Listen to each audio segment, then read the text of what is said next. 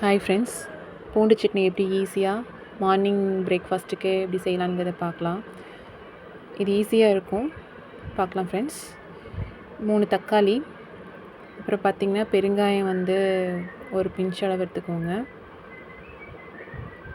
அப்புறம் உப்பு வந்து தேவையான அளவு. அப்புறம் வந்து 4 பூண்டு மீன்ஸ் குட்டி குட்டியாக இருக்குன்னா 4 பூண்டு எடுத்துக்கிட்டேன். அப்புறம் கருவேப்பிலை, அப்புறம் வரமிளகா. நீங்கள் பூண்டு வந்து பெருசாக இருந்தால் 1 பூண்டு அளவுக்கு போதும் உங்களுக்கு 3 தக்காளிக்கு. வரமிளகா வந்து காரத்துக்கு ஏற்ப எடுத்துக்கோங்க. இப்போ ஜாரில் போட்டு நம்ம அரைச்சிடலாம் ஃப்ரெண்ட்ஸ். இப்போ பூண்டு பார்த்திங்க அப்படின்னா இந்த மாதிரி ரொம்ப தோல் உரிக்கணும்னு அவசியம் இல்லை. 1-2 உரிச்சாவே போதும். நல்லா வாஷ் பண்ணிவிட்டு அப்புறம் போட்டுக்கோங்க. இப்போ நம்ம வந்து எண்ணெய் வந்து சூடு பண்ணிடலாம் ஃப்ரெண்ட்ஸ். நம்ம அரைக்கிறதுக்கு எது மட்டும் அரைக்க போகிறோம்னா வரமிளகா, தக்காளி, பூண்டு இந்த 3 மட்டும்தான். உப்பு 4 மட்டும் போட்டு நம்ம அரைச்சி வச்சிடலாம்.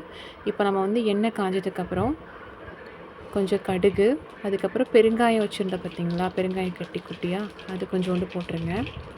கடுகு பொரியட்டும், அதுக்கப்புறம் பெருங்காயம் போட்டுடலாம்.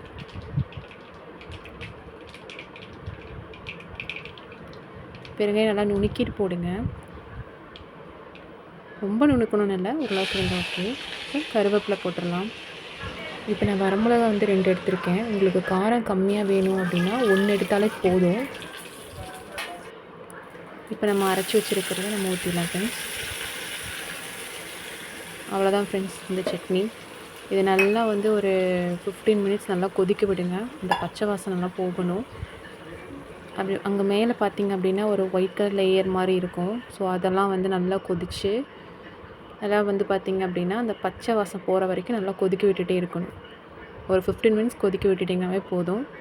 சூப்பராக ஈஸியான சட்னி, நல்லா ஹெல்த்தியாகவும் இருக்கும்.